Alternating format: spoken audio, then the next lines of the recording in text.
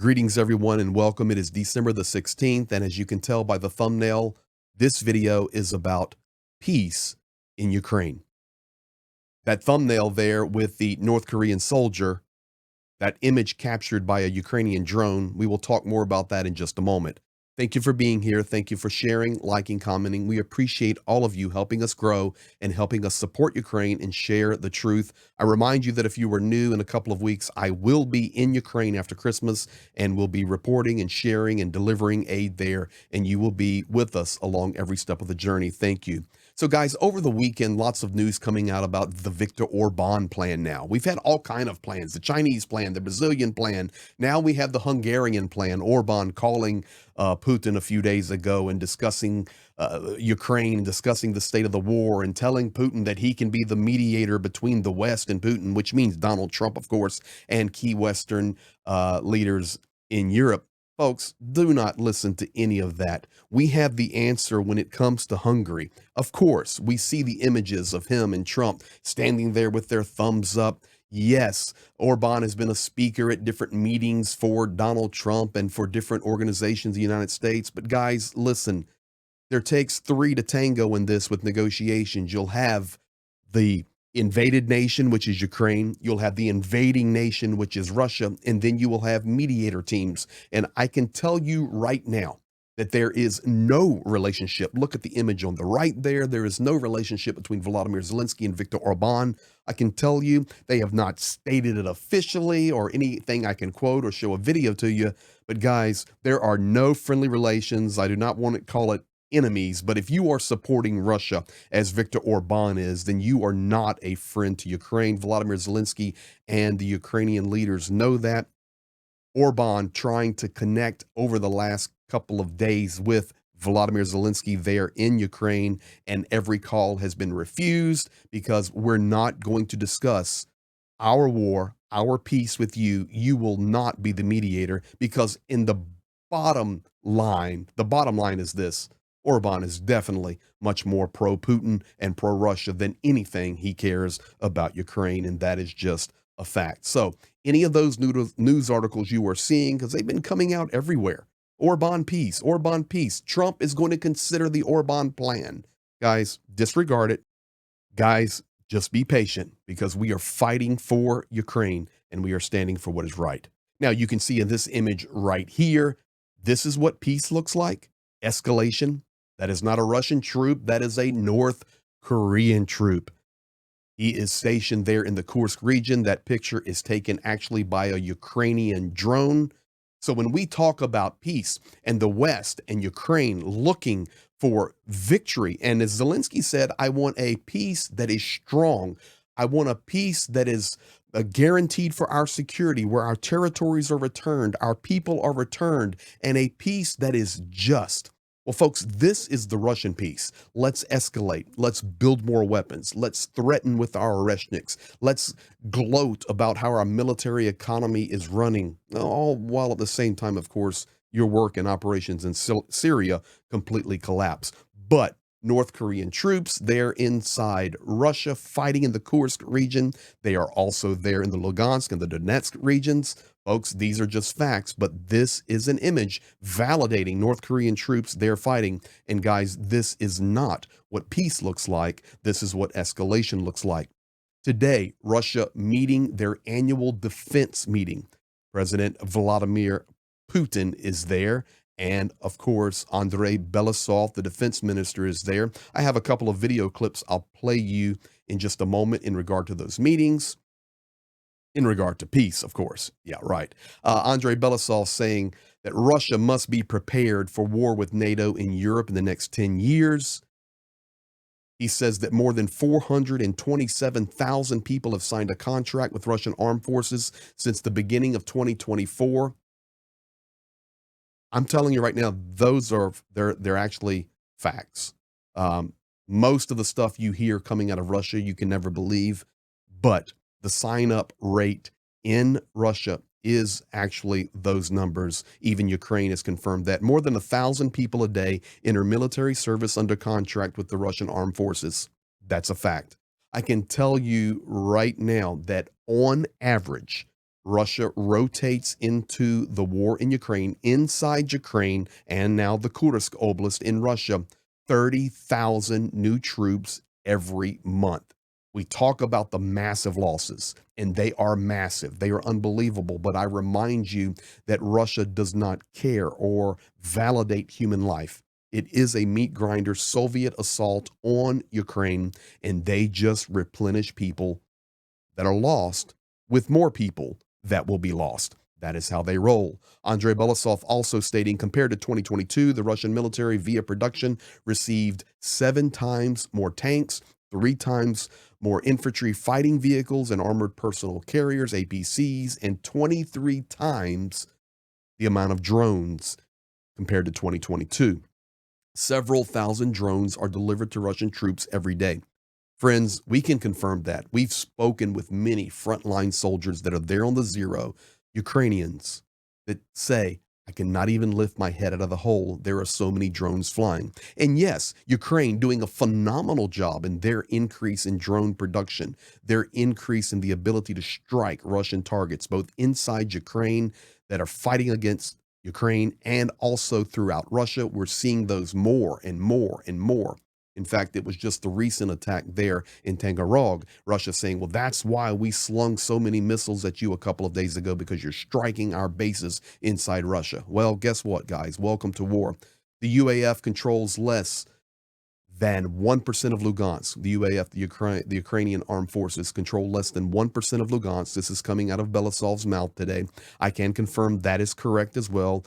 Russia controls almost 99% of the Lugansk Oblast. There's just a little piece of Lugansk Ukraine holding on to. And 25 to 30% of the regions of Donetsk, Zaporizhia, and Kherson, Ukraine is hanging on to, is what they're saying. The speed of advance of Russian troops is currently on the average of about 30 square kilometers per day. I'm not sure that number is completely accurate, but we do know that Russia is gaining some significant ground in different lines in Kharkov, in Pokrovsk, in Toretsk, and the battles in Chasiv Yar and Kupiansk are heating up as well. Now, listen to Belousov here. I think I have him here. The Defense Ministry's work is based on key factors.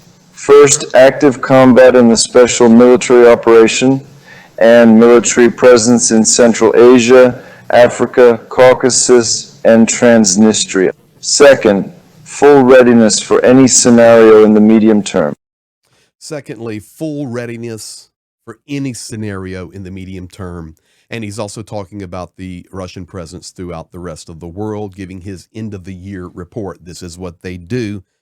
I'm not sure. And although I did listen to Putin's statement, very, very little talk about Syria. That is a stain, and that is an extremely positive thing for Ukraine. It's a positive thing for the allies of Ukraine, showing that Syria and that Russian presence there that was knocked out.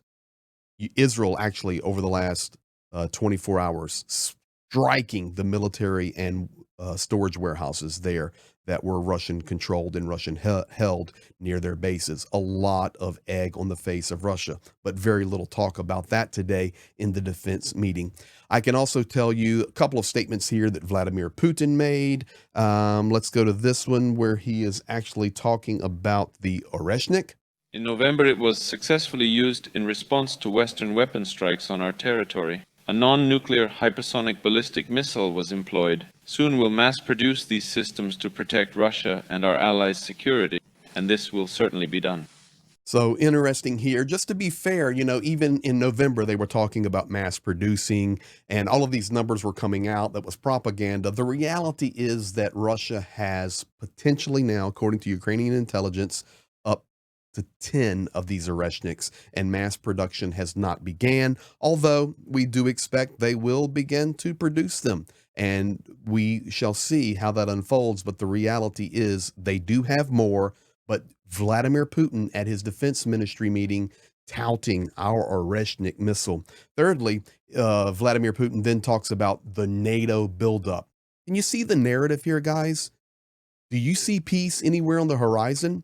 North Korean troops fighting for Russia.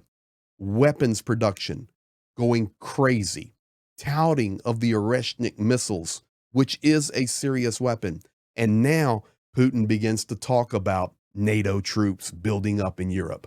They're boosting military spending. NATO forces are amassing near Russian borders. US troops in Europe now exceed 100,000. This is what we have. This is the rhetoric coming out of Russia. That is why I urge you, this is not what peace looks like. This is what escalation looks like. This is what an advancement of the war continues to look like. With that said, Peter Pellegrini, pro-Putin, Slovakian president, stating on an interview over the weekend, it may have just been yesterday, it's time to divide up the territory and be done. I remind you that when Sergei Lavrov, the foreign minister for Russia, was there meeting in Europe at Malta, he did have private meetings with Hungary, and he also had private meetings with Slovakia. And now you hear Peter Pellegrini talking like this. If you're talking peace, I think we need to be very realistic now. Hopefully no rational person in Europe thinks we can establish peace without Ukraine losing some territory to Russia. I'm sorry, but that's my honest, realistic view based on the daily updates I receive about the situation. We just need to decide when's the right moment to stop and start negotiating the post-war arrangement. So you see the narrative there. We just need to decide when it's time to stop and start dividing up and seeing how this post-war is going to look. Slovakia, you really have nothing to do with this. Peter Pellegrini, we don't. Ukraine needs to decide. And we stand as world supporters of them fighting against this evil empire led by Vladimir Putin. It is not for Slovakia or other nations to say, we will decide. It's not even for Trump or NATO or Western European nations to decide. It is for Ukraine to decide. And that is what Zelensky and the team around him continue to reiterate. I will close with this on this update this morning, and that is Dmitry Kuleba, the former foreign minister of Ukraine. I will stand by this. The guy's brilliant, and we need to continue to listen to his commentary and his analysis. Guys, this is Dmitry Kuleba talking, and he said, Trump may admit soon that a peace agreement currently on Ukraine is impossible. We've already had Trump admit that 24 hours it's not going to happen. Now Kuleba saying, we may soon hear that Trump will say that this is impossible with the current situation. It will be difficult for Trump to achieve peace with the current plan. That is what Dmitry Kuleba is stating coming out today. And I'm telling you, this is the guy we need to listen to. Yes, he's not in the Ukrainian government anymore. Yes, he's on the outside looking in. But guys, he was on the inside looking out. And now he has a much different role. He's giving commentary, he's talking, he's working, he's on contract with Harvard, he's doing all of these things, but do not question that Dmitry Kuleba does not know what is going on, have good analysis, and have good understanding of American mentality, especially in regard to Trump. He said it's going to be very difficult for Trump to achieve peace with the current plan. He is already openly speaking about military support for Ukraine. That's Dmitry Kuleba. He says there will be no quick negotiations. And with Kuleba's analysis, he says, I believe NATO will offer Ukraine to join in 10 to 20 years. The bottom line is, guys, this is not what peace looks like. It does not look like escalation. It does not look like North Korean troops. And only 10 to 12,000 there right now is the numbers. But guys, that's just the beginning. There will be more, and there will be more, and there will be more. We hear about the Russian escalation coming directly out of Vladimir Putin's mouth in regard to the Oreshniks, in regard to the rhetoric about the NATO build up. We see the reports of Belousov talking about how great the Russian war machine is. Guys, we must fight fire with fire. We must stand strong against this evil regime. Russia will be defeated in multiple ways. One, economically, yes. Sanctions, they will do their small role, but really when it comes down to it, it will come down to oil. Additionally, Russia must be defeated on the battlefield. We need to support Ukraine so that they can hold right now against Pokrovsk. Pokrovsk must be held. Mirnograd must be held. Ukraine needs to start even to be able to make some counteroffensives. We're hearing some talk about that even on the southern front down below Zaporizhia. not OPSEC, it's public information. They're talking about potential counteroffensives. We need to support the Ukrainian advancement into the Russian territory of Kursk. And finally, guys, the way Russia is defeated ultimately is by the implosion of the Kremlin and implosion of Vladimir Putin, and that nation must be reborn completely different. So, guys, peace, Viktor Orban, all of this rhetoric you're hearing, no. We're standing with Ukraine. We're fighting for what is right. And if you want to know what's going to happen next, just listen for the words of Zelensky about Ukraine. Definitely not Viktor Orban about Ukraine. You guys be blessed. Have a great day. We'll be back at you later.